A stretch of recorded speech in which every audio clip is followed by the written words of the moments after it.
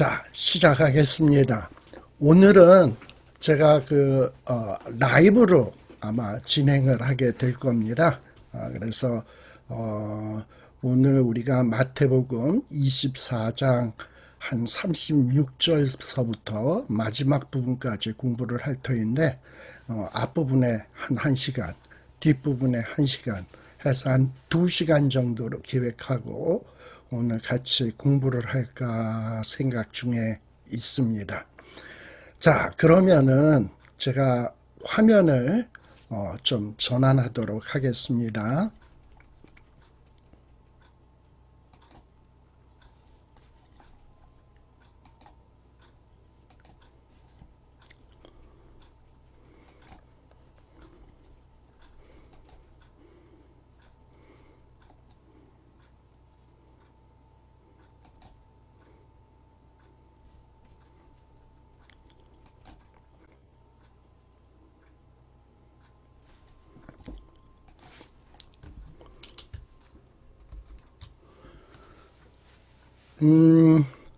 아마 제가 우리 성경 공부 멤버들 이 카톡방에 제가 요 PPT 요 파일을 PDF 파일로 전환을 해서 파일로 올려드렸습니다.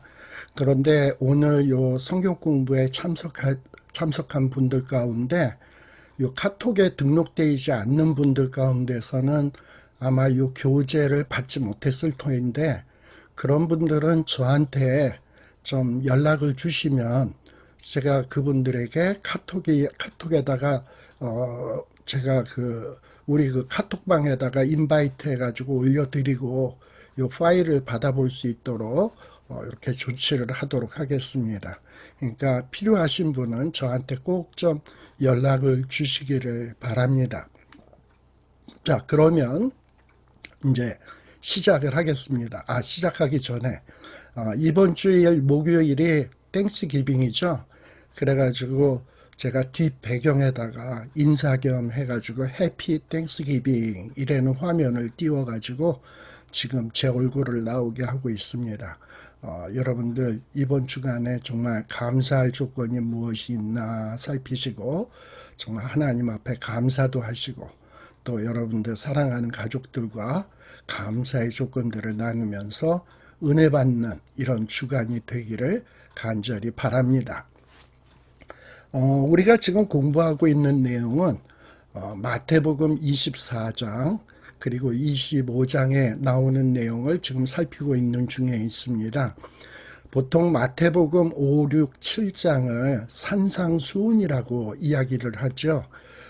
그런데 요 마태복음 24장, 25장은 예수님께서 감람산에서 제자들을 이 종말에 대해서 예루살렘 멸망과 예루살렘의 종말과 그 다음에 이 세상의 종말에 대해서 가르치는 말씀이에요. 그래서 보통 이 마태복음 24장하고 25장을 감람산 강화다 또는 마태복음 24장과 25장을 종말장이다 라고 이야기를 합니다.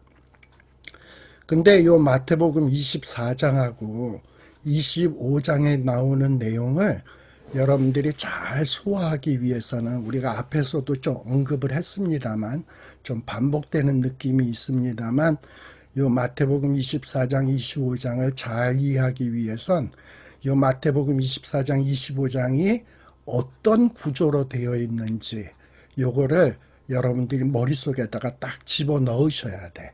그래야지 요 마태복음 24장 25장이 쭉 일관성 있게 이해가 되어지리라고 봅니다. 우리 마태복음 24장 시작에 보면 예수님께서 제자들과 함께 성전을 바라다 보시면서 그 멋진 성전, 이제 이 성전이 다 무너지게 될 터인데 돌 위에 돌 하나 놓이지 아니하고 깡그리 무너지겠다라고 청천벽력 같은 말씀을 하셨어요. 거기에 대해서 화들짝 놀란 제자들이 주님에게 질문을 합니다. 예루살렘 종말, 세상 종말에 대해서 질문을 던지는 거예요. 이 제자들의 이 질문의 핵심 내용은 무엇이냐? 어느 때에 과연 그럼 예루살렘이 멸망할 것인가? 종말을 맞이할 것인가? 또 어느 때에 세상 종말이 올 것인가? 그래서 그 핵심 내용은 어느 때에 이런 종말이 올 것이냐 하는 것이 첫 번째 내용이고요. 그리고 이런 종말이 있다면은 그 종말 전에 무슨 징조가 있겠습니까? 라는 질문을 던져요. 마태복음 24장 3절의 내용입니다. 그래서 예수님은 이 두 가지 질문을 받으시고 예수님께서 답변하는 내용이 바로 마태복음 24장, 25장의 내용입니다. 특별히 이 24장과 25장은 크게 세 파트로 나누어 볼 수 있어요. 특별히 24장 4절에서부터 35절은 이 종말에 무슨 징조가 있겠습니까? 라고 제자들이 질문을 했는데 바로 그 징조, 종말이 있기 전에 있을 징조에 대해서 주님이 설명한 내용이 24장 4절에서부터 3절에 나오는 내용이에요. 그래서 특별히 4절에서부터 15절에는 예루살렘 멸망하기 전에 있을 징조들, 미혹이 있다, 거짓 선지자들이 나타난다, 난리가 있다, 전쟁이 있다, 지진이 있다, 이런 얘기들 쭉 나왔죠. 예. 그리고 16절에서 22절에는 예루살렘 멸망 시에 너희들이 어떻게 해야 되는가? 피해야 된다. 그리고 뒤돌아보고 다시 집으로 들어간다든지 지붕 아래로 내려간다든지 그래서는 안 된다. 그런 내용들. 그리고 예루살렘 멸망시가 얼마나 비참한가. 막 아이벤 여인들이 배가 갈리우고 그리고 막 어린아이들이 매어침을 당하고 아주 끔찍한 일들이 벌어질 것에 대해서 말씀하고 계시고요. 또 23절에서부터 35절까지는 이스라엘 사람들이 예루살렘 멸망으로 끝이 아니라 이방 사람들에게 넘기워져서 이방인의 때가 차기까지 짓밟혀지게 되는데 바로 이 이방인의 때에 그리고 마지막 최후의 심판, 마지막 세상 종말이 있기 전에 어떤 징조가 있을 것인가 하는 내용이 23절에서부터 35절까지 나오고 있는 내용입니다. 이것이 바로 마태복음 24장에서 25장에 나오는 첫 번째 파트고요. 그 다음에 이제 우리가 공부할 내용인데 24장 36절에서 25장 13절까지는 예수님이 그 제자들이 한 질문 가운데 그러면은 이 종말이 어느 때에 있을 것인가? 종말의 날과 시기가 과연 언제일 것인가에 대해서 예수님이 설명하는 내용이 요 마태복음 24장 36절에서 13절에 나오는 내용이에요. 그런데 여러분들이 성경책을 펴놓고 보시면 이 24장 36절에 보면 어떤 말씀이 나오냐? 그 때와 그 시기는 알지 못한다. 또 역시 25장 13절에도 보면 그 때와 그 시기를 알지 못한다라는 내용으로 되어 있어요. 그래서 이 두 번째 파트, 이 감람산 강화의 두 번째 파트는 그 제일 앞부분이 그때와 그 시를 알지 못한다. 이 감람산 강화의 두 번째의 제일 마지막 부분도 뭐냐면 그때와 그 시는 알지 못한다. 즉 예수님이 제자들에게 어느 때에 종말이 있을 것인가에 대해서 그때와 시기는 알지 못한다.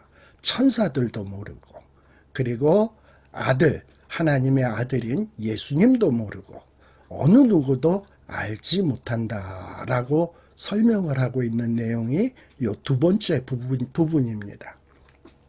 근데 이 두 번째 부분에는 예수님이 그때와 시기에 대해서 알지 못한다라는 얘기를 한 5개의 비유를 통해서 설명을 하고 있습니다. 우리가 잘 알고 있는 내용이에요. 우리 지난 시간에 또 공부했습니다만 첫 번째는 뭐냐? 그 때와 시기를 알지 못한다라는 것을 어디에다 비유하냐? 노아의 때와 같다라고 말씀하고 있고요. 또 때와 시기를 알지 못한다라는 거에 대해서 두 번째로는 어떤 비유를 설명하냐. 밭에 있는 두 사람이 있는데 한 사람은 정말 들리워짐을 받고 한 사람은 그대로 내버려 둠을 당하는, 또 맷돌을 가는 두 여자가 있는데 한 여자는 정말 들리움을 받고 그리고 한 여자는 그대로 내버려짐을 당하는, 갑자기 그런 어떤 두 사람 두 여자의 비교하는 비유가 나와요. 40절 42절에 나오는 내용입니다. 또 세 번째 비유는 뭐냐, 24장 43절에서 44절에 나오는 내용인데 도둑에 대한 비유예요. 도둑이 언제 올지 모르는 것처럼 이 종말의 시기도 언제 올지 모르게 갑자기 오게 된다라는 내용입니다. 또 24장 45절에서 51절에는 충성된 종, 악한 종, 이걸 대비하면서 비교하면서 정말 충성된 종은 언제일지 모르지만 충성되게 열심히 맡은 바 일을 감당하고, 악한 종은 언제 올지 모르니까는 이거 오긴 뭘 와, 더디 올 거야, 한참 뒤에 올 거야, 그래가지고 맨날 술이나 퍼마시고 그저 세상 향락만 즐기다가 그야말로 주인이 왔을 때 아주 곤경에 처하는 그런 내용이 45절에서 51절에 나옵니다. 그리고 마지막 다섯 번째 비유는 25장으로 넘어가는데 1절에서부터 13절까지 지혜로운 다섯 처녀, 미련한 다섯 처녀, 열 처녀의 비유로 예수님 종말이 어느 때에 오는지 그 때와 시기는 알지 못한다라는 것을 설명하기 위해서 예수님이 이 다섯 가지 비유로 설명하고 계십니다. 그리고 이제 마지막 부분, 이 감람산 강화의 세 번째 파트는 뭐냐? 25장 14절에서 46절에 나오는 내용인데요. 그렇다면 종말이 때와 시기를 알지 못한다면 어느 때인지 모르고 어느 시기인지 알지 못하지만 그럼 그 종말 때까지 과연 어떻게 살아야 될 것인가에 대해서 예수님이 설명하는 내용이 이 세 번째 파트예요. 그래서 거기에서도 두 가지 비유로 예수님이 설명합니다. 첫 번째 비유는 뭐냐? 달란트 비유.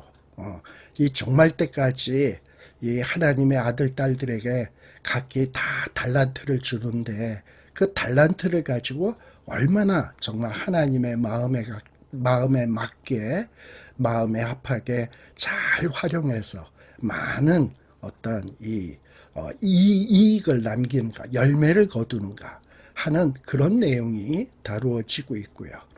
그 다음에 양과 염소의 비유. 그래서 오른편에 있는 양, 왼편에 있는 염소, 그러면서 정말 거리에 있는 홈리스 같은 사람이 줄이고 목마를 때 그런 자들에게 은혜를 베풀고 긍휼을 베푸는 사람이 양이죠. 반대로 염소는 뭐냐?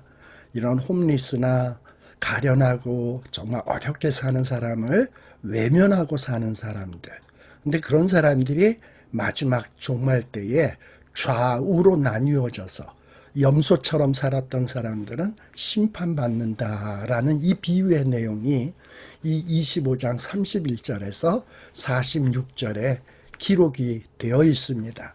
그래서 이 감람산 강화에 대한 이 구조를 머릿속에다 딱 기억해 놓고, 내가 지금 이 세 파트 가운데 어디를 지금 내가 읽고 있구나 라는 거를 여러분들이 알아야 돼. 그래야지 그 말씀을 잘 이해할 수 있다라고 하기 위해서 제가 이렇게 도표로서 잠시 설명을 드렸습니다. 자, 그러면 우리가 지난 시간에 끝부분에 노아의 때에 대해서 24장 37절에서 39절까지 좀 공부를 했었습니다.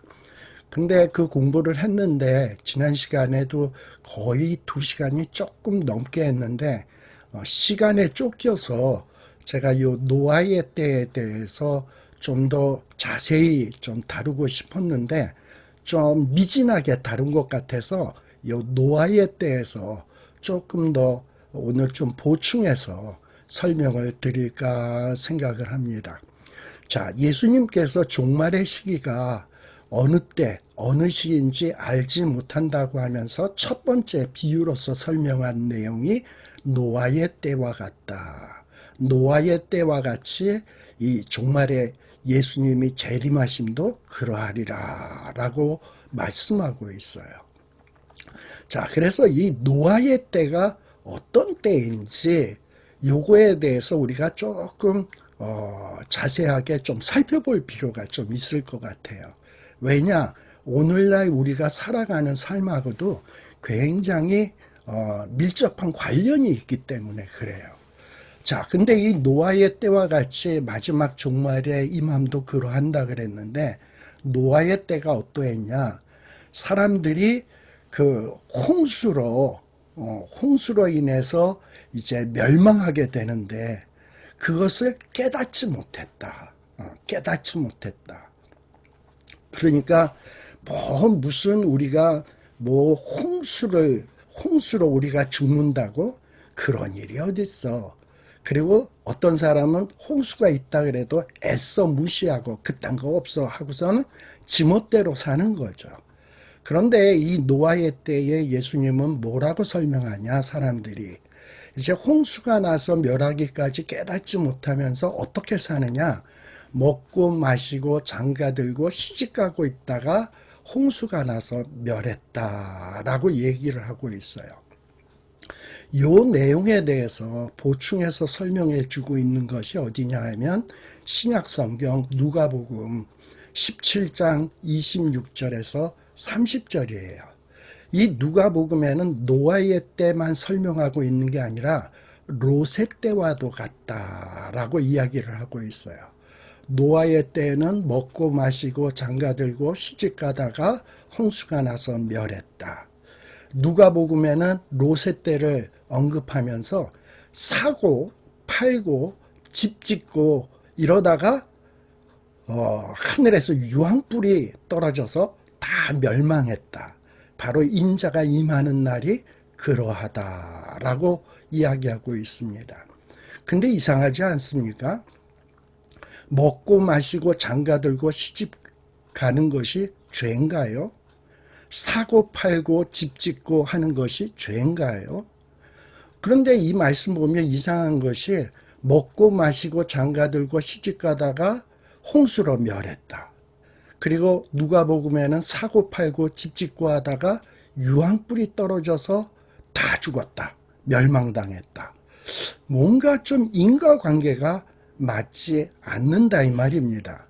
여러분들 여기 성경 구절에 보시게 되면 제가 이 표시를 하는데 지금 마우스 클릭하는 데가 보이죠?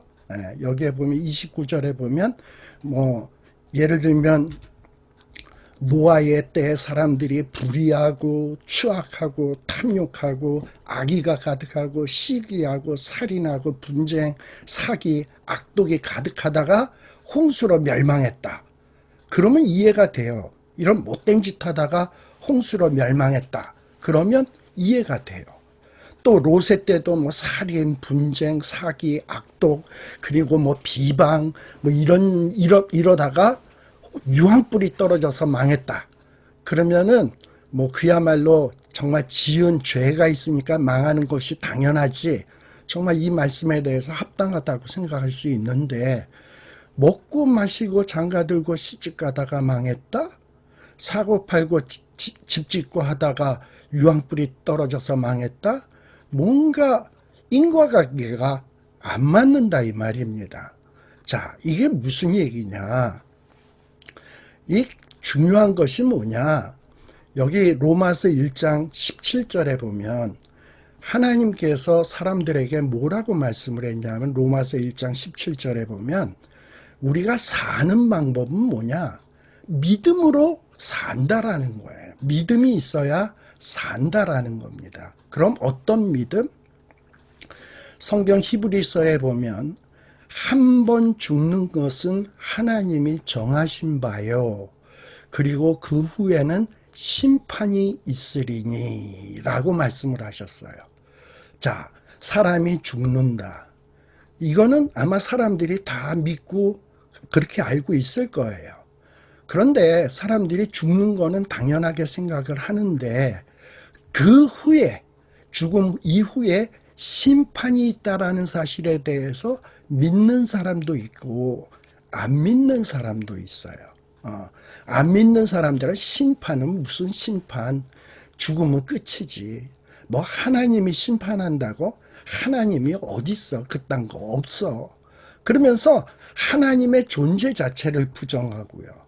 그리고 하나님이 심판할 것이라는 것을 믿지 않는 사람들이 있어. 이렇게 믿음이 없는 사람은 망하는 겁니다. 그러나 우리 예수 믿는 사람들은 어떤 믿음이 있어요? 나 한 번 죽어. 근데 우리의 인생은 죽음으로 끝나는 것이 아니라 그 후에는 하나님의 심판이 있어. 근데 그 심판이 있을 때 믿음이 있는 자는 살아 하는 사실을 믿잖아요. 그런 자는 산다 말입니다. 구원받는다 이 말이에요. 19절에 로마서 19절에 보면 우리 하나님께서는 이 바울을 통해서 뭐라고 얘기했냐? 사람에게는 다 하나님을 알만한 것을 보여주셨다라는 거예요. 하나님이 친히 저희에게 보여주셨단 말이에요. 뭐를 통해서?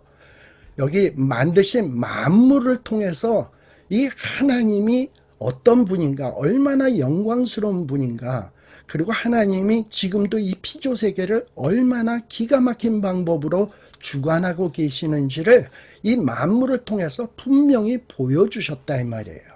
그럼에도 불구하고 믿음 없는 자들은 하나님의 존재를 안 믿고 하나님의 심판을 믿지 않습니다.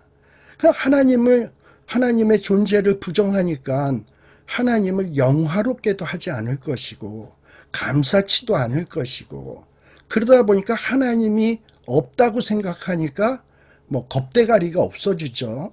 그래서 여기 로마서에서는 뭐라고 얘기하냐면 그 생각이 허망하여진다. 겁대가리가 없어지고 미련한 마음으로 어두워져요. 그러면서 하나님이 없다 그러는 사람들이 자기 스스로는 지혜 있다고는 하지만 여러분들 지혜가 뭡니까? 여호와를 경외하는 것이 지혜의 근본이에요. 근데 하나님의 존재 자체를 부정하는 자, 지혜의 근본이 없는 사람이잖아. 그러니 당연히 우준하게 되고요. 그리고 그 결과 어떤 길로 가느냐?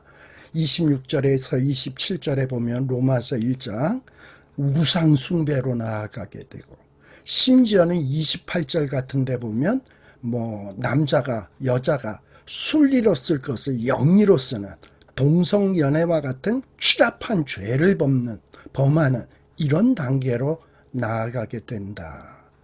그래서 뭐 살인, 그리고 뭐 분쟁, 악독이 가득하고 시기 이런 것도 죄지만 가장 근본적인 죄는 뭐냐?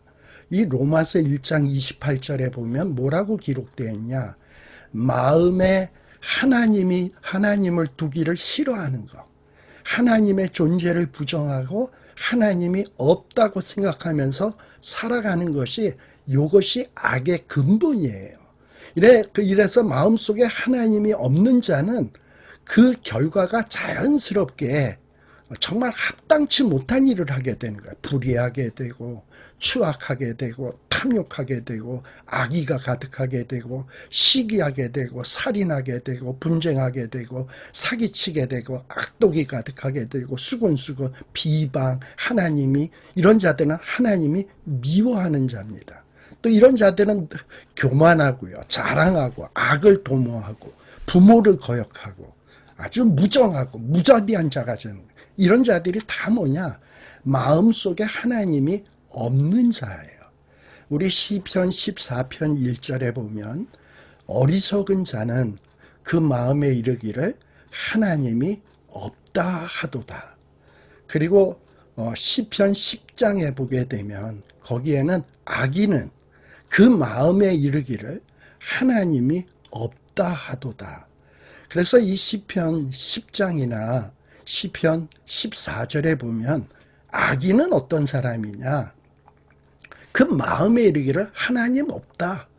하나님의 존재를 믿지 않는 자. 이게 악인이에요. 이 하나님이 없다고 존재하는 자들은 결국은 악의 열매를 맺을 수밖에 없습니다. 어떤 자가 어리석은 자냐? 그 마음에 이르기를 하나님이 없다 하는 자. 이런 자들이 어리석은 자다라는 거예요. 이렇게 하나님이 없다고 생각하고 살아가는 자들은 마지막 결과가 어떠냐?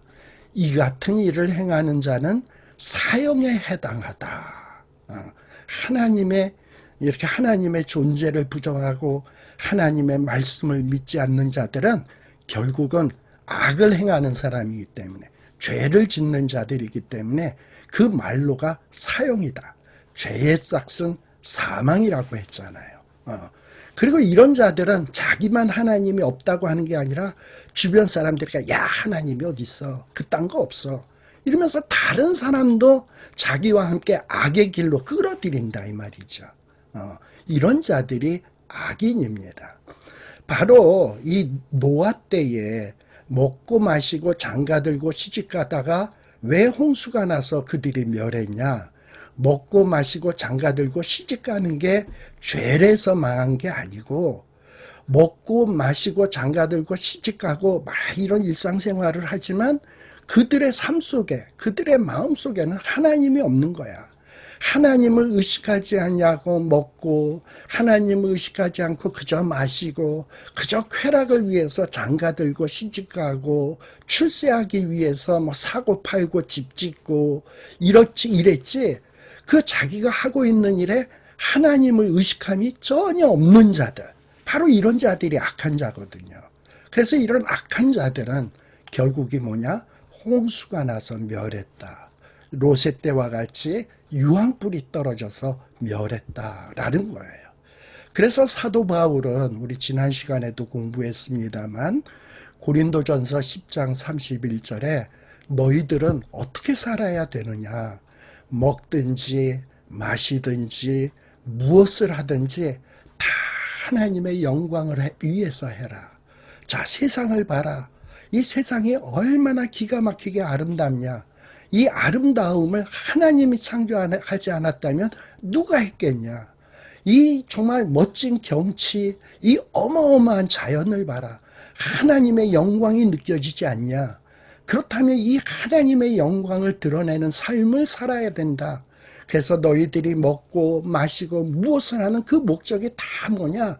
하나님을 영화롭게 하는 것이고, 너희들이 하나님을 영화롭게 하면 하나님이 너희를 또 영화롭게 하여 줄 거다. 우리 인생은 그렇게 살아야 된다라는 거예요. 우리 창세기에 보면 하나님께서 인간을 처음 창조하시고 아담과 하와를 창조하시고 그들에게 정말 사명을 주셨어요. 그 사명이 뭐냐? 생육해라, 번성해라, 그리고 충만이 아니고 충만해라, 그리고 이 땅을 정복해라, 다스려라 라는 이런 어떤 인간에게 미션을 주셨습니다. 근데 인간들이 어떠했냐? 디립다 나왔어. 생육했어. 그 명령은 지킨 것 같아요. 그리고 인간이 점점 많아졌어요. 이것도 지킨 것 같아. 충만까지 했어요. 그런데 제대로 지키지 못한 것이 뭐냐? 이 피조세계를 정말 하나님의 뜻에 맞게 정복하고 다스려라. 이 정복하고 다스리면서 하나님의 이 영광을 드러내는데 이 피조물들을 잘 관리해 나가라는 이 미션은 우리 인류의 조상들이 제대로 지키지 못한 것 같다. 디립다 낳기만 하고 그냥 아새끼만 주렁주렁 많아졌지. 이 아새끼들에게 하나님의 말씀을 가르치고 누웠을 때든지 일어섰을 때든지 하나님의 말씀을 가르쳐서 내가 죽고 난 다음에도 나의 대를 이어서 이 아이들이 하나님의 영광을 위해서 살고 이 땅을 정복하고 하나님의 뜻으로 다스려가는 이 일들을 자꾸 우리 후손에게 계승시켜 가야 되는데 이런 일들에 인류의 우리 조상들이 실패했다 이 말이에요. 언제? 노아의 때까지 사람들이 그러했다라는 얘기입니다. 자, 그래서요, 제가 그 노아의 때까지 창세기 5장에 보면 우리 창세기 6장서부터 노아의 이야기가 나오지 않습니까? 그런데 이 창세기 5장에 보면 이 족보를 한번 여러분들이 잘 한번 볼 필요가 있어요. 창세기 5장을 보면 되게 재미없는 내용이 쭉 나오죠. 이게 나랑 무슨 상관이야 할 정도로 굉장히 재미없는 내용입니다. 근데 오늘 이 재미없는 내용을 제가 집에 앉아서 창세기 5장을 놓고 좀 분석을 하면서 요 도표를 만들어 봤습니다. 여러분들이 창세기 5장을 보면 탁 눈에 띄는 단어가 몇 가지 나옵니다. 거기 보면 여러 사람들이 나오는데 뭐 아담이 나오고 셋이 나오고 에노스가 나오고 게난이 나오고 뭐 또 쭉 사람들이 나와요. 근데 이들의 한결같은 공통점이 뭐냐 하면은 몇 살에 누구누구를 낳았다. 그래서 생육하고 번성하라고 명령을 해서 그런지 이 사람들이 애들을 낳아요. 그리고 이제 몇백 년을 살면서 자녀들을 낳고 지내다가 살다가 그러다가 몇 살에 죽었다. 그래서 자주 나오는 단어가 뭐냐면 몇 살에 누구를 낳았다. 그리고 그 이후에는 몇 년을 살다가 몇 년을 지내다가 그러다 죽었다. 그러니까 이 당시 창세기 5장에 나오는 사람들의 그 수명을 보면 기본이 여러분들 여기에 보면 여기 셋이라고 하는 사람은 912에 죽습니다. 아담은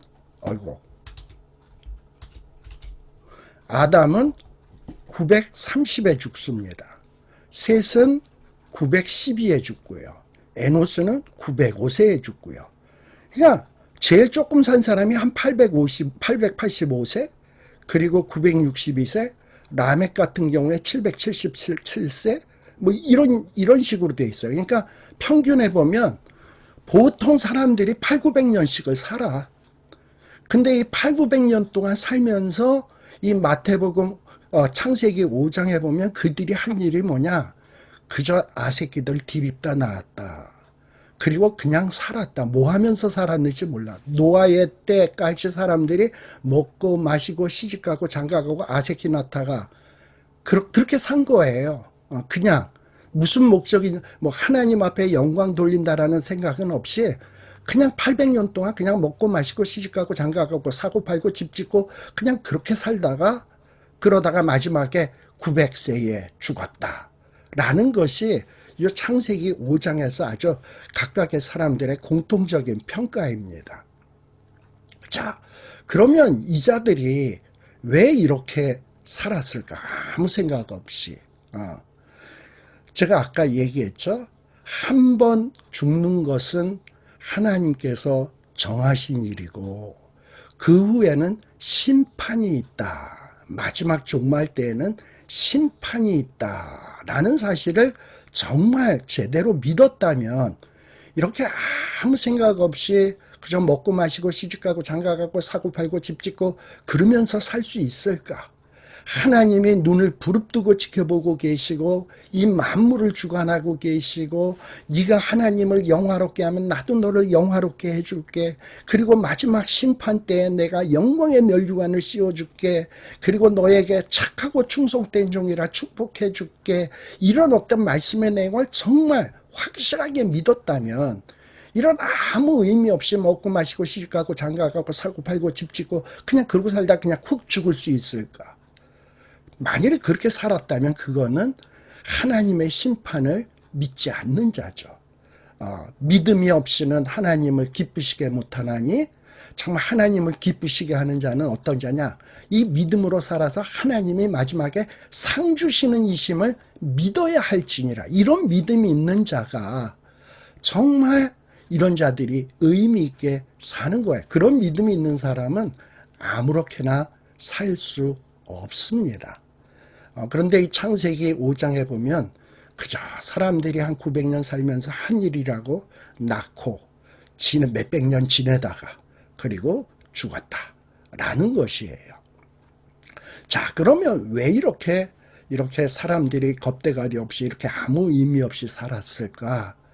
여러분들 창세기 2장 17절에 보면 하나님께서 아담과 하와가 이 선악을 알게 하는 이 나무를 하나님이 보여주시면서 야, 이 선악을 알게 하는 나무를 따먹으면 정령 죽는다라고 하나님은 분명하게 말씀을 하셨어요.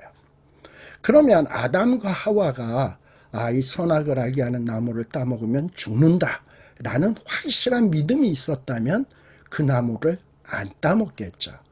그런데 아담과 하와가 그 믿음이 시원치 않다 보니까 창세기 3장에 보면 선악을 알게 하는 나무를 달랑 따먹고 말았습니다.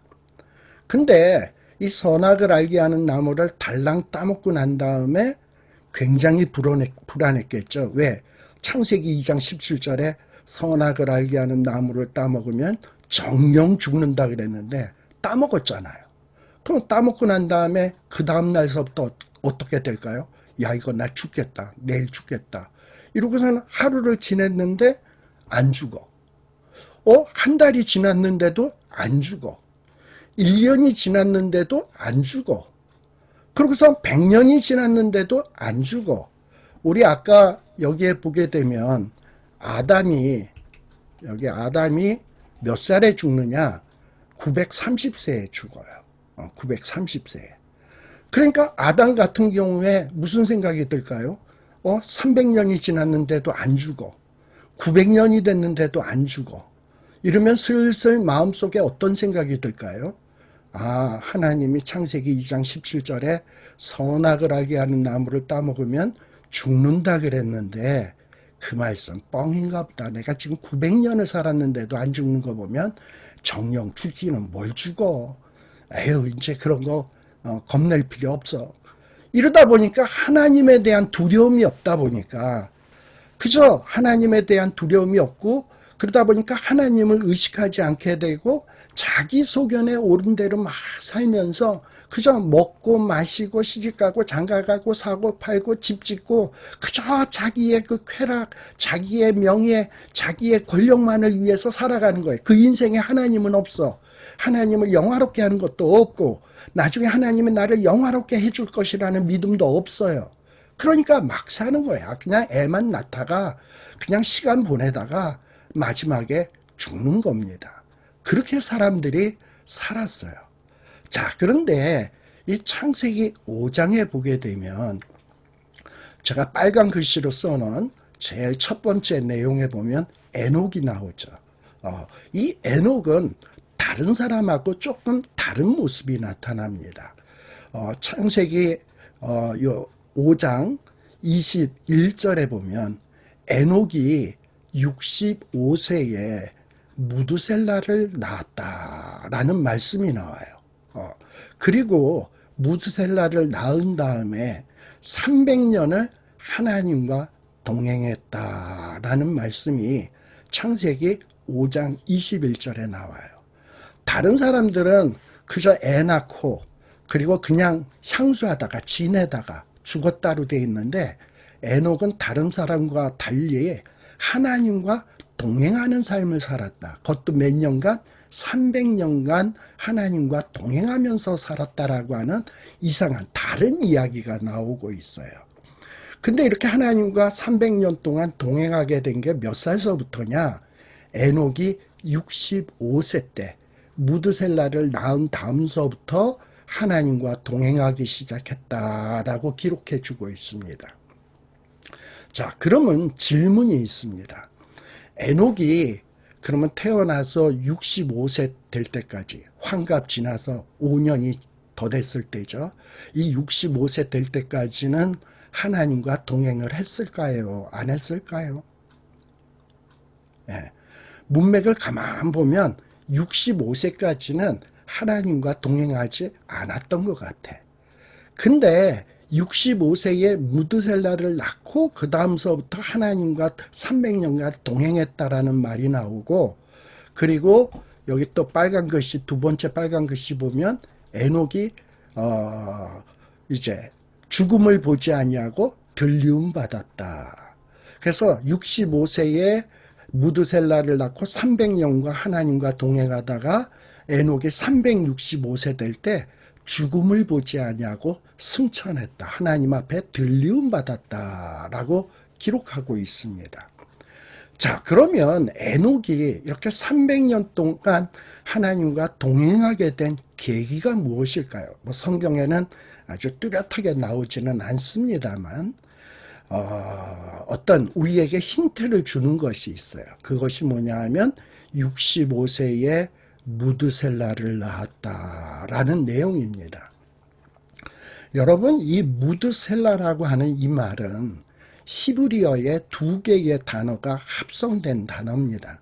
히브리어의 무트라는 말은 죽음이라는 말이에요. 그리고 셀라라는 말은 샌드, 영어의 샌드, 보낸다라는 말이에요. 그래서 이 무트셀라를 이 합성어로 하면 죽음 보내겠다라는 말이에요. 죽음 보내겠다. 자, 근데 에녹이 65세 무드셀라를 낳을 때 이 지상에 죽음이라는 것이 있었냐? 물론 있었습니다. 누가? 가인이 아벨을 때려 죽인 사건이 있었죠. 살인한 사건. 그때 죽음에 대한 내용이 나오고요. 또 이렇게 가인이 살인한 것 외에 또 창세기에 보게 되면 라멕이라는 자가 어떤 어린아이가 자기에게 창상 입힌 것을 인해서 그 아이를 죽여버리고 자기 두 부인에게 잘난 체하며 자랑하는 내용이 나와. 이 두 개의 살인사건이 있습니다. 근데 이 살인사건을 제외하고 사람들이 자연히 죽은 기록이 창세기에 이 에녹이 65세에 무드셀라를 낳을 때까지 죽음에 대한 기록이 있냐 하면 전혀 없어요. 두 개의 살인사건 외에는. 여러분, 에녹이 무드셀라를 낳을 때 아담이 살아 있었을까요? 죽었을까요? 에녹이 무드셀라를 낳을 때 아담이 살아 있었을까요? 이미 죽었을까요? 우리가 창세기 5장을 아무 생각 없이 읽다 보면 아담이 셋을 낳고 몇 세에 130에 셋을 낳고 몇 살을 살다가 930에 죽었더라. 뭐 이러고선 3절, 4절, 5절에 그렇게 나오니까 거기서 죽었나 보다. 그 다음서부터는 아담은 없나 보다 하는데, 여러분들 아담이 셋을 낳고 몇 년을 더 사냐? 800년을 더 살아요. 여러분들 제일 왼쪽에 보면 0, 130, 235 쭉 이렇게 숫자가 쫙 기록되어 있죠. 이거 뭐냐? 제가 심심해서 오늘 그냥 이 아담이 셋을 낳을 때는 130이고 셋이 에노스를 낳을 때 아담의 나이는 몇 살일까? 아담이 셋을 낳을 때는 130이고 셋이 105세에 에노스를 낳았으니까 아담이 에노스 손자를 낳을 때는 235세가 되는 거예요. 130 더하기 105세. 그래서 그거를 누적해가지고 쭉 여기 지금 숫자를 더해봤어요. 자, 그러다 보면 어떤 결과가 나오냐? 에녹이 65세 때 무드셀라를 낳을 때 아담의 나이가 몇 살이냐? 661세예요. 그러니까 에녹이 무드셀라를 낳을 때도 인류 가운데서 가장 최초의 인간이 죽지 않고 살아있다니까. 661세래니까. 그리고 에녹이 무드셀라를 낳은 다음에도 아담은 몇 년을 더 사냐? 269년을 더 살다가 아담이 언제장 죽냐? 930년. 아담이 요때 창조됐다가 930년이 지나서 이때 죽어요. 그러니까 에녹이 무드셀라를 낳은 다음에도 269년이나 더 살아. 자, 그러면 에녹이 무드셀라를 낳을 때 최초의 인간도 죽지 않고 살아 있었어요. 그리고 그 아담의 아들 셋도 살아 있었어. 에노스도 살아 있었어. 게난도 살아 있었어. 마헬랄렐도 살아 있었어. 야렛도 살아 있었어. 다 살아 있는 거야. 그냥 조상들이. 죽은 사람이 없어. 그저 살인 당해가지고 죽은 사람 외에는요. 그러니 이 당시에 죽음을 보낸다, 무두셀라를 낳으면서 죽음을 보낸다 하면은 이게 무슨 소리야? 사실 에녹이 65세에 무두셀라를 탁 낳고 애를 첫 애를 낳으면 얼마나 기쁘겠습니까? 그러면 이 아이의 이름을 어떻게 짓고 싶겠어요? 좋은 이름 짓고 싶잖아. 그래서 좋은 이름을 딱 지으려고 그랬더니 하나님이 잠깐만, 너 그 아이의 이름을 네 멋대로 짓지 마라. 그 아이의 이름은 무두셀라라고 해라. 근데 그 뜻이 뭐냐 하면 죽음 보내겠다. 무시무시한 이름을 지으라는 거예요. 참 이런 어떤 청천벽력 같은 이야기를 들은 에녹은 하나님, 내 이 금쪽 같은 아새끼에게 그런 무시무시한 이름을 지어주다니요. 이건 너무한 것 아닙니까? 하나님 제정신입니까? 하고 하나님 앞에 따질 수 있을 거 아니에요. 만일에 저희 아버님이 저를 낳고 제 이름을 김지옥 이렇게 이름을 지었다고 해봅시다. 세상 사람들이 우리 아버지를 보고 어떻게 생각하겠습니까? 저 인간 제정신 아니네 이럴 거 아닙니까? 그런데 하나님이 에녹이 65세에 금쪽 같은 아들을 낳았는데 무트셀라 죽음 보내겠다. 아니 지금 죽은 사람이 없는데 무슨 죽음을 보내? 이게 도무지 이해가 안 됐을 거예요. 즉 이 얘기는 뭐냐? 하나님의 무두셀라라고 이름을 지으라는 얘기는 뭐냐?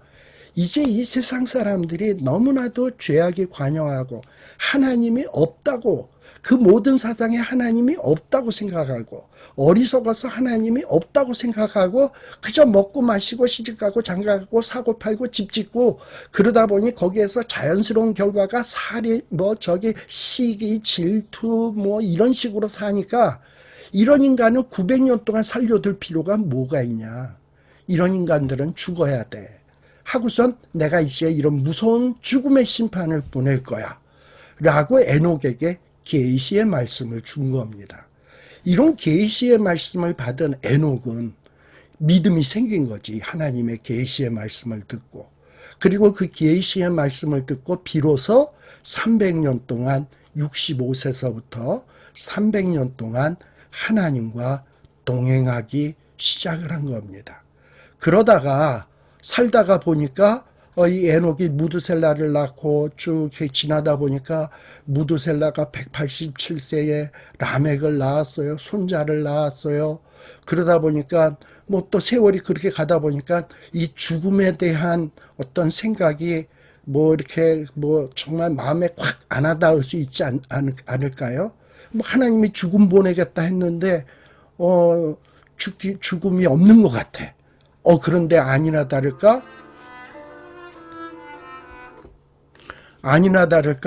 이 930세에 이때가 에녹이 334세인데 334세 때에 아담이 죽는 거야. 정말 죽음 보내네. 이러면서 더욱더 잠깐만요. 강의 중이야. 강의 중이라니까. 강의 중입니다.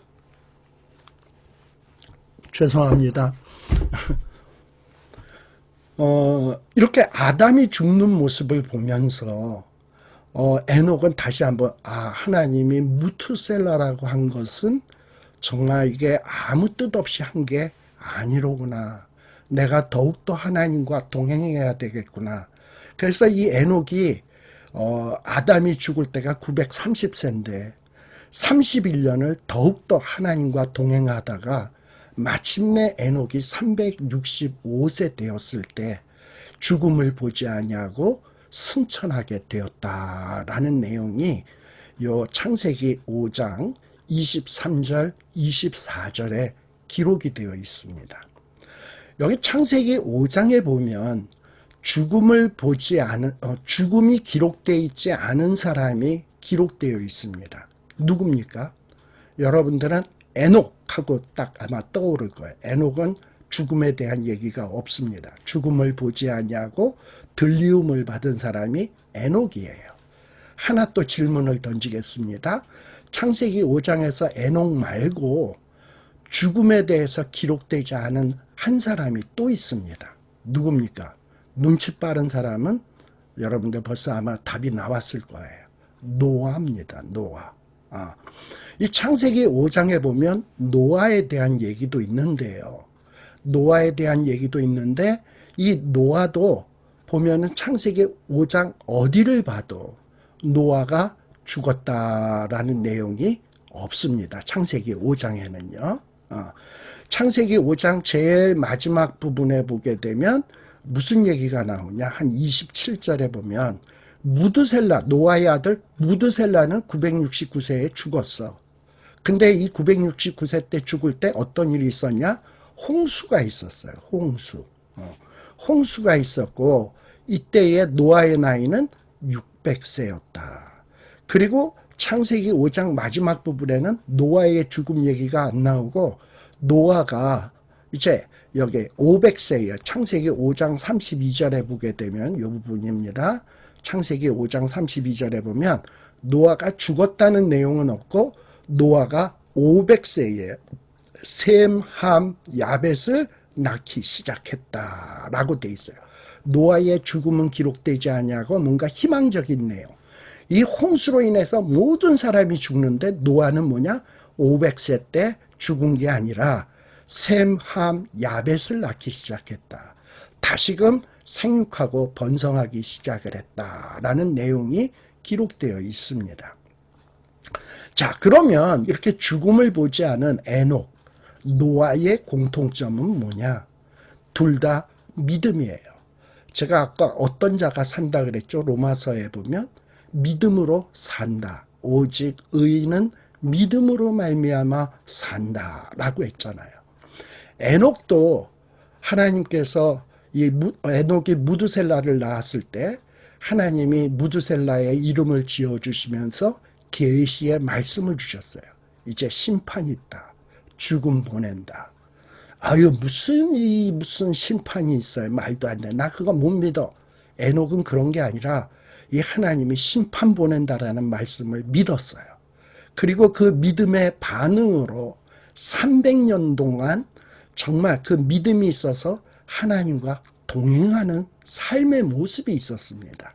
그 믿음에 반응된 삶의 모습이 있었다. 그러니까 에녹은 믿음의 사람이었습니다. 또한 죽음을 보지 아니한 노아도 어떠냐? 노아도 믿음의 사람이었다. 노아도 어떤 믿음이었냐? 하나님이 이제 내가 이 땅에 정말 이 죄악으로 관영한 이 세상을 홍수로 멸하겠다. 다 쓸어버리겠다. 그러니 너가 살기를 원한다면 방주를 지어라. 그리고 방주에 들어가서 너의 가족과 이 사는 길을 택해라. 라고 얘기를 했단 말이에요. 이게 노아에게 주신 하나님의 계시의 말씀입니다. 근데 이 노아는 이러한 하나님의 계시의 말씀을 듣고 무슨 홍수로 멸해요. 여태까지 비 한 번 안 왔는데 무슨 그 큰 비로 이 세상의 모든 피조물들의 호흡이 있는 것들이 멸절하겠습니까? 나 못 믿어. 방주? 이거 힘들어 죽겠는데 그걸 내가 어떻게 만들어? 방주 만들고 싶으면 하나님이나 만드세요. 이렇게 살 수 있잖아요. 그런데 노아는 이런 하나님의 계시의 말씀을 나중에 심판이 있을 거라는 계시의 말씀을 듣고 믿었어요. 그리고 열심히 뚝딱뚝딱 하면서 방주를 만드는 그런 삶을 살았다 이 말입니다. 즉 노아도 믿음의 삶을 살았고요. 에녹도 믿음의 삶을 살았습니다. 그래서 이 창세기 5장에는 다른 모든 사람들은 암만 900세까지 살았다 하더라도 마지막은 죽음으로 끝났는데 믿음이 있었던 에녹과 노아는 죽음에 대한 기록이 없다. 물론 노아는 나중에 죽습니다. 에녹은 승천했습니다만 최소한 창세기 5장 안에는 그렇다라는 내용이에요.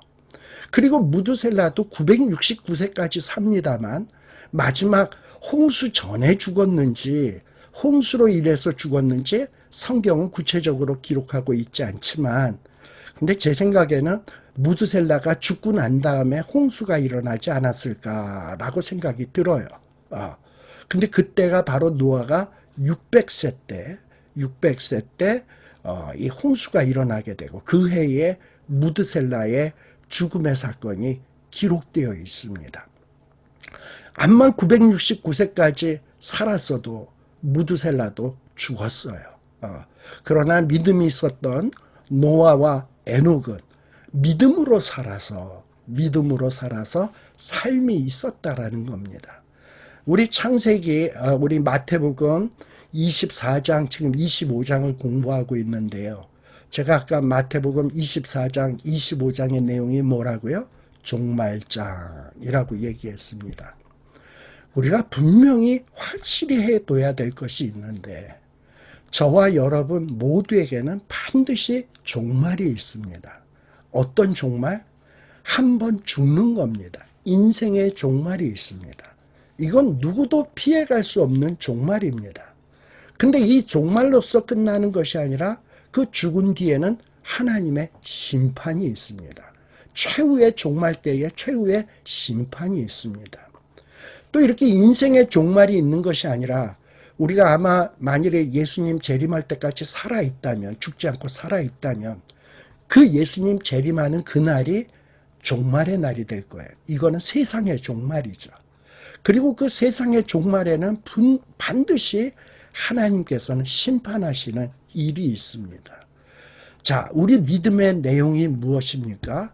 사도신경에 보면 전능하사 천지를 만드신 하나님을 내가 믿사오며, 이 만물의 하나님의 영광이 다 곳곳에 스며 있잖아.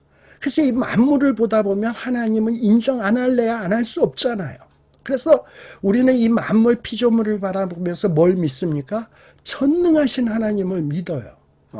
전능하사 이 천지를 만드신 하나님을 내가 믿사오며, 이 하나님을 믿는단 말이죠. 이런 하나님의 영광스러운 하나님을 믿는다면 그 하나님의 영광에 동참해서 하나님 앞에 영광을 돌리고 하나님은 나를 영화롭게 하는 이런 삶을 살아야죠. 그저 세상에서 먹고 마시고 시집가고 장가가고 사고팔고 집 짓고 이러다 꽥 하고 죽는 삶이 이게 무슨 의미가 있겠습니까? 먹든지 마시든지 무엇을 하든지 하나님의 영광을 위해서 살다가 내 인생의 마지막 수명이다 해서 딱 죽었을 때 나중에 주님이 어서 와라, 너가 정말 수고했구나, 정말 이 땅에서 눈물을 많이 흘렸구나, 눈물을 닦아주시면서 하나님이 안아주시고, 그리고 최후의 심판 때에 잘했다 충성된 종아 하고 하나님이 우리를 영접해 주시고 상 주신다면 이게 얼마나 멋진 삶을 사는 것이 되겠습니까? 저는 우리 하나님의 말씀을 공부하고 있는 저와 여러분들이 이러한 정말 믿음이 있는 저와 여러분이 되었으면 좋겠습니다. 900년을 살면 뭐하고, 이 150세, 120세를 살면 뭐합니까? 33세까지 밖에 살지 않았던 예수님은 비록 33세까지 살았지만 하나님 앞에 영광 돌리며 하나님이 주신 미션을 이룩하며 그리고 이 세상에 복의 근원으로 살다가 가신 그런 값진 삶을 사시지 않았습니까? 바로 우리도 이와 같은 삶을 살아야 되지 않겠는가? 그랬는데 노아의 때에, 노아 시대 때까지 사람들의 삶은 어떠했냐? 그저 그냥 아세기만 낳다가 그리고 지 쾌락을 위해서 먹고 마시고 시집가고 장가가고 그러고 살다가 그리고 900살 살다가 죽어버렸다 라는 것이 이 창세기 5장의 기록이고, 그리고 창세기 6장에 보면 그 다음에 어떤 노아의 홍수 사건이 기록되고 있는 것을 볼 수 있습니다. 그러다 보니까 한 시간이 되었는데요. 잠시 쉬었다가 우리 또다시 나머지 내용을 같이 살피도록 하겠습니다. 잠깐 쉬었다가 가겠습니다.